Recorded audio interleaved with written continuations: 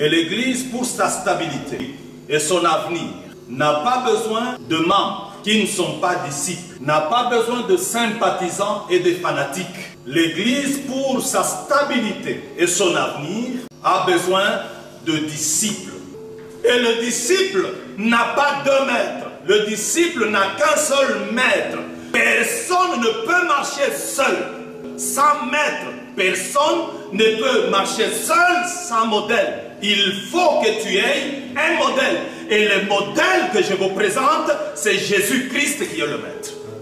Salut peuple de Dieu, nous vous demandons simplement de vous abonner sur notre chaîne YouTube, J. Michel.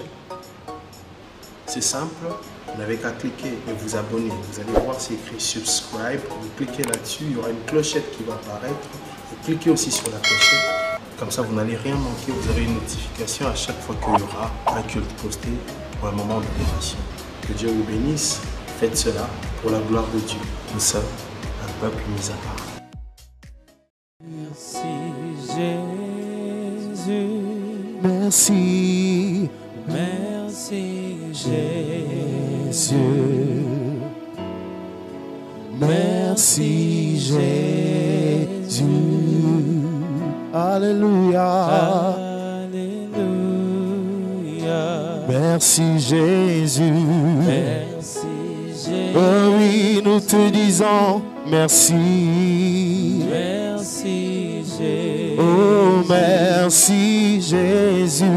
Merci Jésus. Oh alléluia. Alléluia. Tu nous as gardés, protégés, Seigneur. Merci Jésus. Reçois nos cœurs. Merci Jésus. Ce matin, Merci Jésus. nous te disons de tout cœur merci, Seigneur. Alléluia. Oh oui, alléluia.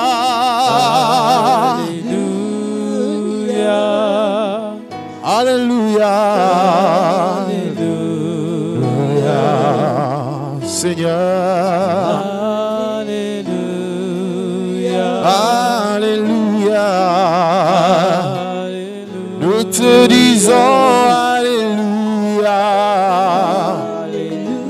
En ces lieux, alléluia. Alléluia. Reçois la gratitude de mon cœur. Alléluia. Tu m'as gardé, tu m'as protégé, Seigneur. Reçois, je te dis merci, Jésus. Jésus. Merci. Merci Jésus. Merci, Jésus. Merci Jésus. Oh, alléluia. Alléluia. Dis encore merci, Jésus. Merci Jésus. Oh, Merci Jésus. merci, Jésus. Merci Jésus. Alléluia. Alléluia. Là où tu es, tu adores le Seigneur, tu lui dis merci. Dis merci au Seigneur pour ce moment. Merci Jésus pour ta grâce. Élève ta voix dans la présence de Dieu, tu dis merci. Tu reconnais ses bienfaits dans ta vie. Si tu arrives de te rappeler les jours qu'on a passés dans le passé, il y a plus de 4 mois, il y a des milliers de personnes qui ont perdu la vie. Mais toi et moi, Dieu a accepté de nous garder. Toi et moi, Dieu a accepté de nous protéger. Toi et moi, Dieu a accepté de nous faire du bien. Alors comment tu peux lui dire merci? Combien tu peux lui dire merci? Élève ta voix avec nous et dis encore merci, Seigneur. Dis-le merci. N'aie pas honte, monte encore dans la présence de Dieu. Dis merci à Dieu. Hey. Merci à toi, Seigneur. Je crois que la mélodie ne suffit pas, les paroles que nous sortons ne suffisent pas. Ce qui est plus important, c'est l'attitude de nos cœurs dans ta présence. Reçois cette prière, reçois cette adoration. Nous sommes heureux ce dimanche d'être encore là pour parler de ta part. voulons bénir le cœur de ces bien-aimés frères et sœurs qui sont en communion avec nous. Nous voulons que la pensée de Dieu règne et domine dans leur cœur. Bénis ta parole, au nom de Jésus. Amen. Frères et sœurs, c'est un bonheur pour nous d'être là encore aujourd'hui dans la présence de Dieu et parler de sa part. Nous voulons aujourd'hui aborder un sujet. Ce sujet, je l'aborde par rapport à l'avenir de l'Église. En tant que serviteurs et responsables, nous avons le devoir de réfléchir sur l'avenir de l'Église. Ça s'impose à nous. Voir ce que l'Église pourrait devenir dans 2 ans, 3 ans, 4 ans, 5 ans, 10 ans. Et quelle Église pouvons-nous avoir en temps difficile? Quel type de chrétien peut être en mesure de traverser le feu tout en gardant sa constance? Traverser des temps difficiles tout en gardant sa foi.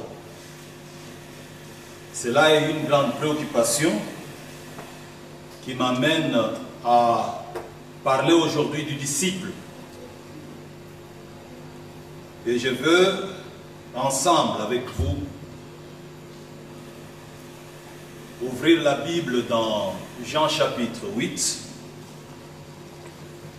Et là, nous lirons le 31e verset, le seul verset. Et par la suite, nous prendrons Matthieu 28, que nous lirons aussi au 19e verset. La Bible dit: alors Jésus dit aux Juifs qui avaient mis leur foi en lui. Il dit aux Juifs qui avaient mis leur foi en lui: si vous vous attachez à la parole que je vous ai annoncée, vous êtes vraiment mes disciples. Et dans Matthieu chapitre 28, nous lisons ce qui suit au 19e verset. Il dit: allez donc dans le monde entier, faites des disciples parmi tout le peuple, baptisez-les au nom du Père, du Fils et du Saint-Esprit.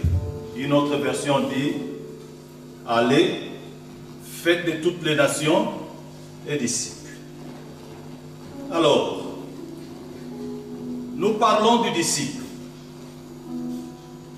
Pourquoi parler du disciple? Le disciple, c'est la volonté de Dieu. Le disciple, c'est au fait le statut que toute personne en Christ doit atteindre. Et l'Église, pour sa stabilité, oui, et son avenir, n'a pas besoin de membres qui ne sont pas disciples, n'a pas besoin de sympathisants et de fanatiques. L'Église, pour sa stabilité et son avenir, a besoin de disciples. Pourquoi le disciple? Parce que le disciple, c'est la seule catégorie de personnes stables. Des personnes qui ne peuvent pas changer. Alléluia. De personnes sur lesquelles on peut compter, quel que soit le temps, quelles que soient les circonstances, les événements. Le disciple ne change pas. Le disciple ne se dénature pas. Tout ce qui n'est pas disciple, on ne compte pas dessus. Parce que ça change, ça se dénature. Alors le Seigneur dit, allez, faites de toutes les nations le disciple. Et dans Jean, il dit, si vous vous attachez à ma parole, alors là, vous serez mes disciples. Avant d'aller dans la définition du disciple, je commence par vous dire que la vie chrétienne commence par la foi, la croyance. Il faut, à un moment donné de la vie, croire, rencontrer un homme qu'on appelle Jésus, Christ de Nazareth, dans sa vie, placer sa confiance dans cet homme qu'on appelle Jésus. Ça, c'est le point de départ. Tout celui qui est entré dans la vie de Dieu sans passer par Jésus, sans placer sa confiance en Jésus, cette personne n'est pas entrée par la porte, il est entré par la fenêtre. Il n'a pas d'avenir, il n'ira pas loin avec le Seigneur. Il pourra passer 5, 10 ans, 15 ans, 30 ans dans l'église, il sera inconnu de Dieu. Dieu ne le connaîtra pas. Dieu ne connaît pas ceux qui sont dans l'église comme membres, sans passer par lui, sans le rencontrer, sans placer leur foi en Christ. Dieu connaît ceux qui sont en lui, qui sont passés par la porte, et la porte c'est la foi en Jésus-Christ. Croire, c'est faire confiance au Seigneur. C'est ça, croire. Lorsque quelqu'un dit « je crois », c'est quelqu'un qui se résout de faire confiance au Seigneur. Volontairement, il s'engage à ne pas faire confiance à quelqu'un d'autre, à ne pas faire confiance à une autre chose. Il s'engage à ne faire confiance qu'au Seigneur. Le Seigneur seul. Qui est alors un disciple? Un disciple, c'est un élève. Un disciple, c'est un élève qui a un maître. Un disciple a un modèle. Alléluia. Le disciple, il a celui qu'il suit, son modèle. Quelqu'un qui le regarde. Il veut devenir comme celui-là. Oui. Il veut parler comme celui-là. Il veut faire comme celui-là. Il veut être comme celui-là. Celui-là, c'est le disciple. Le disciple est déterminé à suivre l'enseignement de son maître.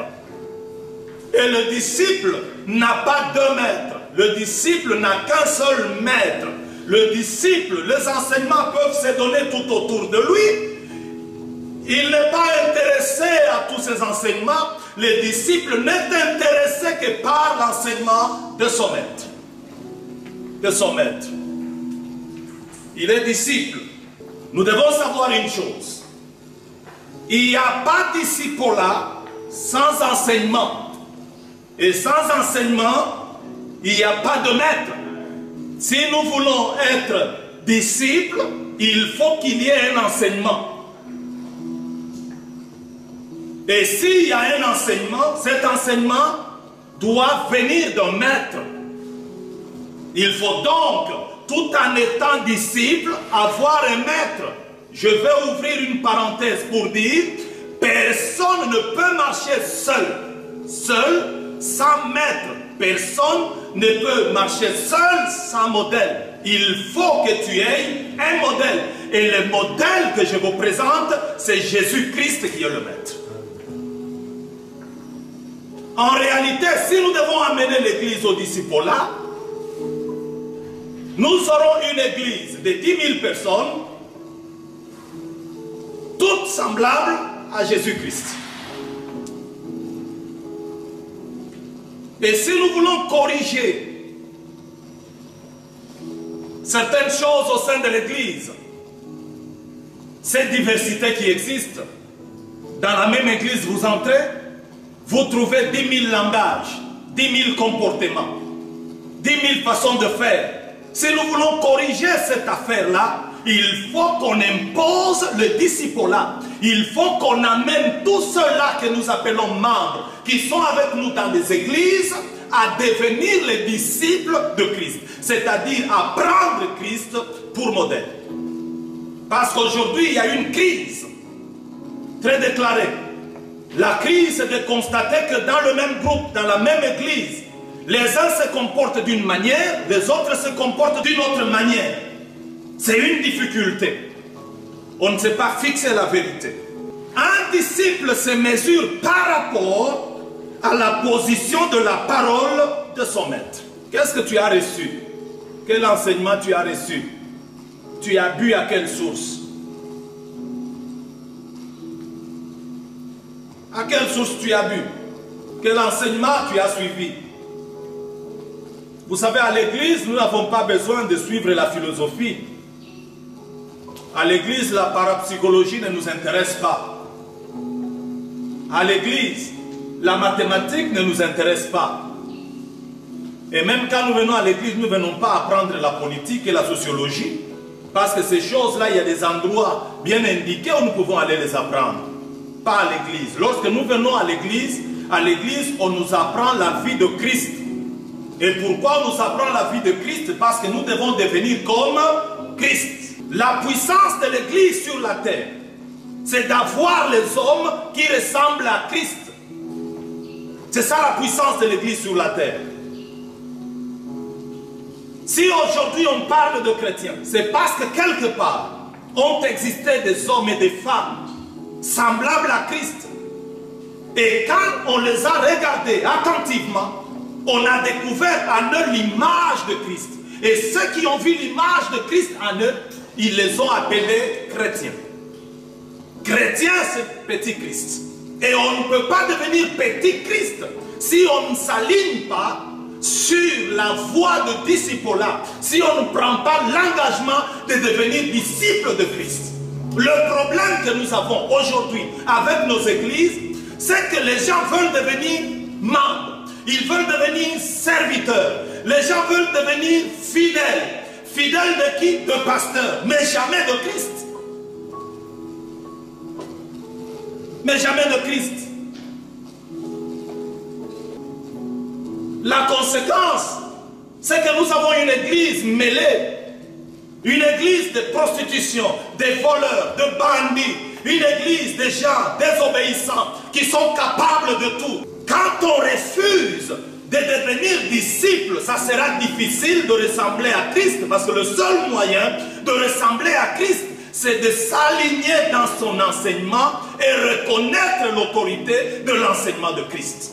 Un disciple demeure dans la parole.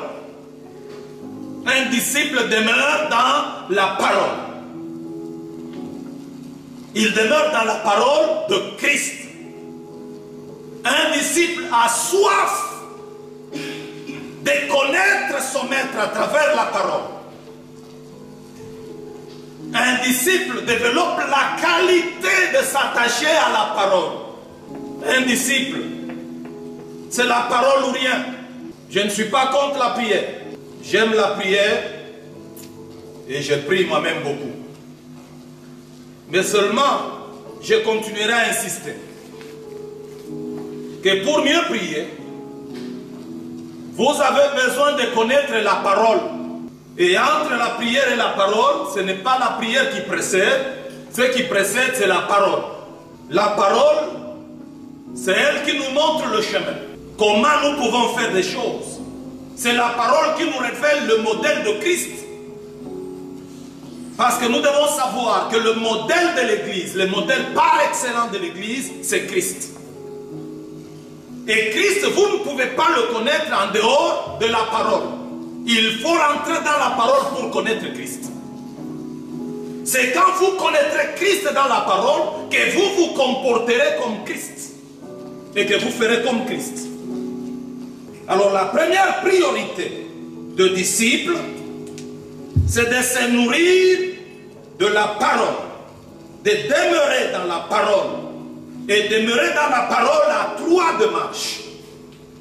La première démarche pour demeurer dans la parole consiste à accepter l'autorité de la parole de Dieu. Nous pouvons discuter de tout sauf de la parole. On peut discuter de tout sauf de la parole. Accepter l'autorité de la parole de Dieu. Ça s'impose. Ça va nous aider à demeurer dans la parole. Tu ne peux pas demeurer dans la parole si tu ne reconnais pas l'autorité de la parole. Parce que Christ est venu accomplir cette parole. Deuxième chose, pour demeurer dans la parole, nous devons faire de la parole de Dieu notre dernier recours dans les décisions que nous prenons. Aucune décision ne peut se prendre sans se référer à la parole de Dieu. La parole de Dieu doit devenir le dernier recours. Je suis fâché, j'ai des problèmes. Je dois me référer d'abord à la parole de Dieu pour savoir ce que je dois faire. C'est important. Troisième, la Bible doit être notre boussole si nous voulons demeurer dans la parole de Dieu.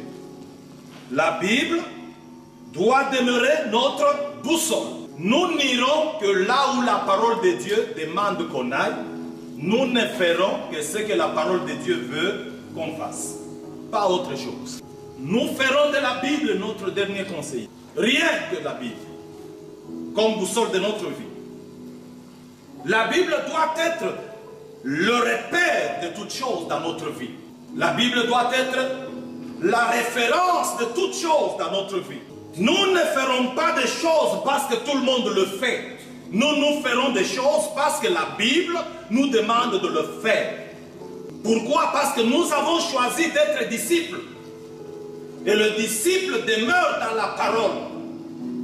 Et pour demeurer dans la parole, je dis, tu acceptes l'autorité de la parole.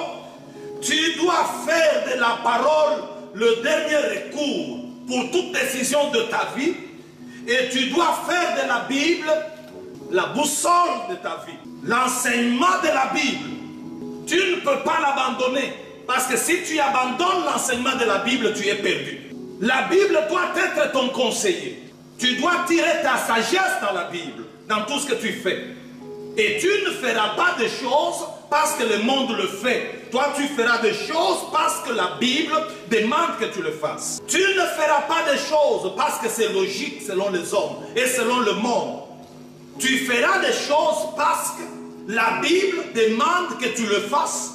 Parce que tout ce qui est logique selon les hommes n'est pas logique selon Dieu. Et nous devons savoir que le Dieu du ciel n'est pas géré par la logique des hommes. Parce qu'il n'est pas humain. Dieu est esprit. Il a sa logique à lui. Il y a certaines choses par logique que les jeunes gens de 18 ans doivent faire. Il est tout à fait logique qu'on s'habille d'une certaine manière quand on sort avec des amis. Mais il est tout à fait normal qu'on s'habille selon la Bible. Parce que cela est la volonté de Dieu. Il est tout à fait normal qu'on ne fasse pas ce que les autres font. Parce que cela est la parole de Dieu. Donc nous devons faire très très attention. Savoir peser le poids de la parole de Dieu face à autre chose. Nous ne devons pas permettre, si nous voulons être des bons disciples de Dieu, que la politique du monde, que les enseignements autres que la parole de Dieu pèsent dans notre vie plus que la parole de Dieu. Nous devons en tout temps, toutes circonstances, privilégier la parole de Dieu. Celui qui privilégie la parole de Dieu, privilégie Dieu. Celui qui s'attache à la parole, s'attache à Dieu. Et celui qui s'attache à Dieu, Dieu ne l'abandonnera pas. Mais si tu t'attaches à autre chose que Dieu, Dieu t'abandonnera. Un disciple demeure dans la parole. Un disciple fait un effort d'assimiler la vérité contenue dans la parole de Dieu. Ici, c'est tout un exercice à faire qui consiste à remplir son esprit de l'enseignement de Christ. Et le Saint-Esprit nous aide à le faire. Et vous savez, lorsque l'on a rempli l'enseignement de Christ en soi, il n'y aura pas de place pour autre chose. Il n'y aura pas de place pour autre chose. L'enseignement de Christ rempli en nous va commander notre façon de penser, va commander notre façon de voir le monde, va commander notre façon de parler. Mais lorsque la parole n'est pas en nous, nous sommes en difficulté de réflexion et de parole, il nous sera difficile de refléter l'image de Christ. Très difficile de refléter l'image de Christ. C'est quand la parole est à nous que nous donnons l'opportunité au Saint-Esprit de pouvoir nous transformer notre vie. L'œuvre de transformation de l'Esprit est conditionnée par le dépôt de la parole et la parole pure dans notre cœur et dans notre esprit. Lorsque la parole remplit nos cœurs, la parole remplit notre esprit, nous donnons l'opportunité à l'Esprit de Dieu de pouvoir opérer de grandes transformations dans notre vie. Et vous devez savoir que les transformations opérées par le Saint-Esprit sont les transformations radicales qui nous amènent à l'image et à la ressemblance de Jésus-Christ. N'oubliez pas que le disciple doit ressembler au maître, pas autre chose. Votre préoccupation ne sera pas de ressembler, sera de ressembler à Christ seulement. Sera de ressembler à Christ. Mais alors, comment assimiler la vérité de la parole de Dieu? Ou comment assimiler la parole de Dieu? 5 points, j'arrête. Premier point. Vous devez savoir recevoir la parole en l'écoutant et en l'acceptant avec une attitude ouverte. J'insiste là-dessus. Vous devez savoir recevoir la parole de Dieu en l'écoutant, en l'acceptant avec une attitude ouverte. Généralement, qu'est-ce qui se passe? Les gens aiment bien écouter autre chose mieux que la parole de Dieu. Tout ce qui est parole de Dieu, on ne s'ouvre pas, on ne donne pas une attitude d'ouverture pour bien recevoir. Le plus souvent, quand l'enseignement est donné, les gens sont intéressés aux exemples que l'on donne, des fois qui font rire. Les gens aiment ça et c'est ce qu'ils gardent. Mais la parole elle-même, les gens ne la gardent pas. Si vous voulez assimiler la parole de Dieu, vous devez savoir recevoir la parole en l'écoutant. Vous devez aimer écouter la parole de Dieu qu'autre chose. Et vous devez aimer lire la parole de Dieu qu'autre chose. Mais alors avec une attitude d'ouverture, vous devez vous laisser pour que la parole entre, la parole habite et la parole ait la possibilité par l'Esprit de vous transformer. Nous devons savoir que chaque fois que nous lisons la parole de Dieu, nous entrons en contact avec Dieu. Et la parole doit être le soubassement de tout en nous. La parole doit être le soubassement de nos prières. Deuxième chose, vous devez savoir sonder les Écritures, c'est-à-dire étudier les Écritures. Le chrétien de Béret avait de bonnes manières de sonder les Écritures. Quand ils avaient reçu un enseignement, ils rentraient à la maison pour le relire.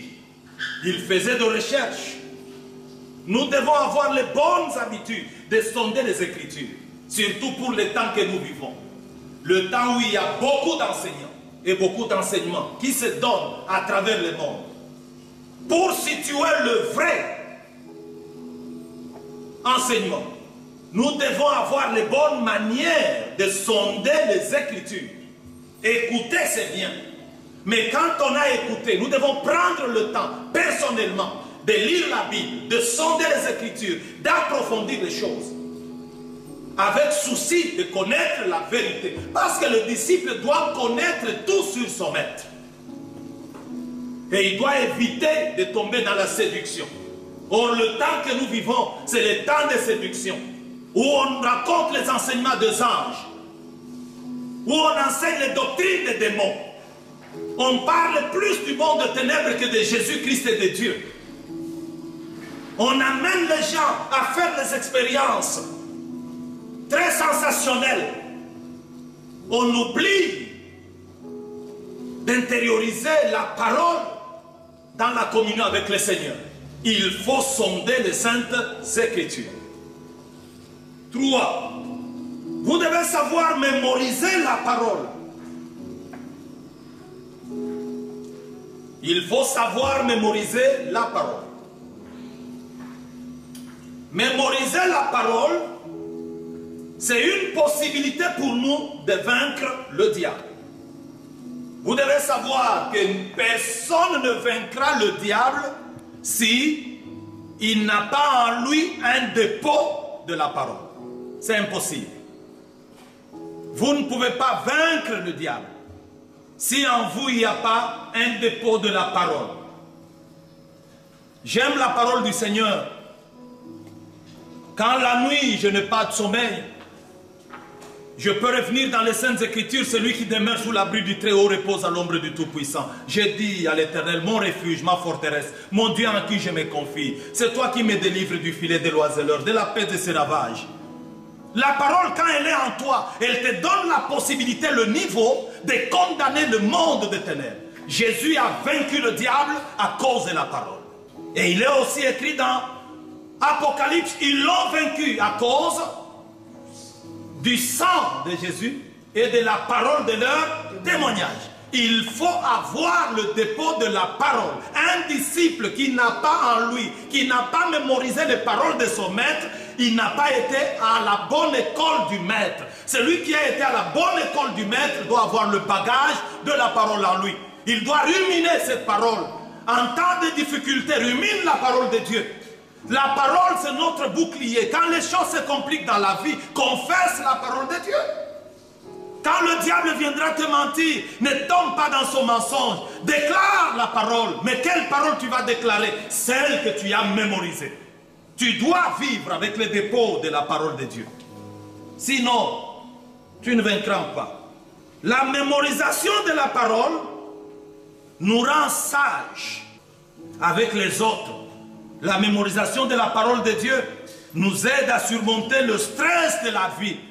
Quand le stress vient pour t'emballer, recours à la parole qui est en toi, la parole va te remonter. Celui qui a le dépôt de la parole ne s'enfonce pas dans le désespoir. 4. Vous devez savoir méditer la parole de Dieu.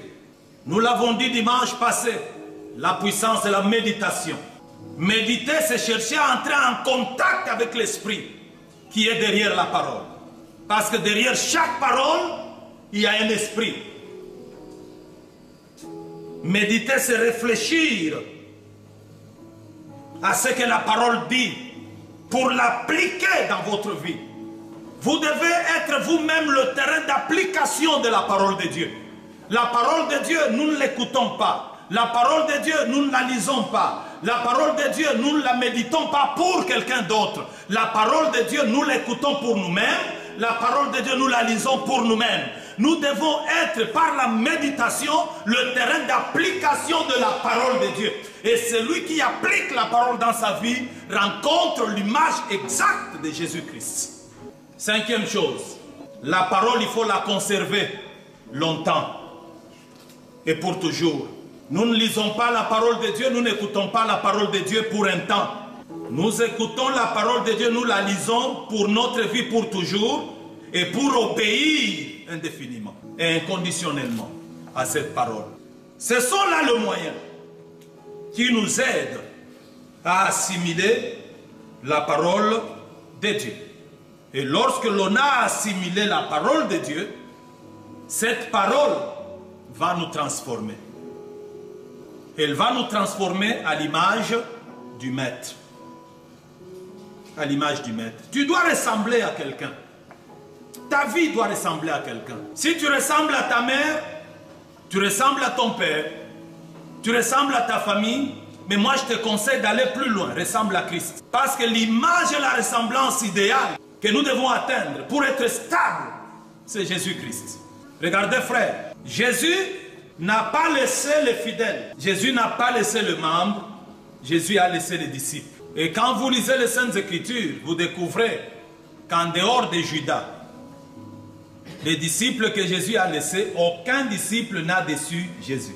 Aucun disciple. Et aucun disciple n'a renié Christ. Après les avoir laissés quand il est parti, les disciples, parce qu'ils étaient disciples, leur conviction pouvait le pousser à marcher devant la mort, devant la prison et devant le risque. Quand on atteint le niveau de disciple-là, on devient disciple de Christ, on deviendra des personnes stables. Quel que soit ce qui peut venir dans notre vie, nous serons en mesure de l'affronter à cause de Christ.